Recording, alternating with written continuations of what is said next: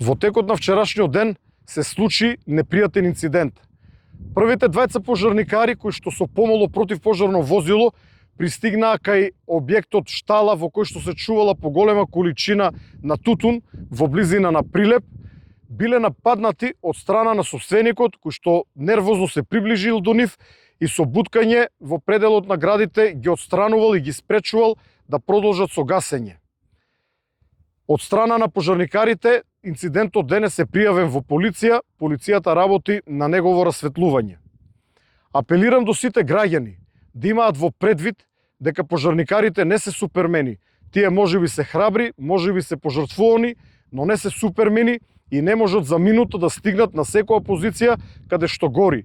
Потребно е време да се качат во возилата, да ги запалат возилата и да возат до местото каде што има пожар, а за тоа се потребни понекогаш десетини минути, а некогаш и многу повеќе.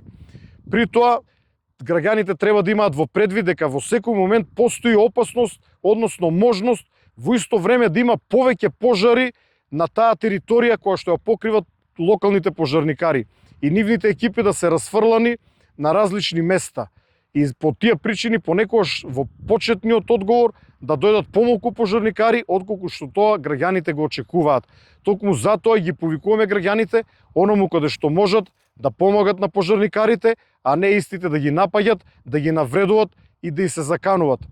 Јас го разбирам револтот на граѓанинот, на човекот кој што претрпел голема загуба бидејќи изгорела неговата штала во која што чувал по голема количина на тутун, но неговото однесување не помогнало да се надмине ситуацијата.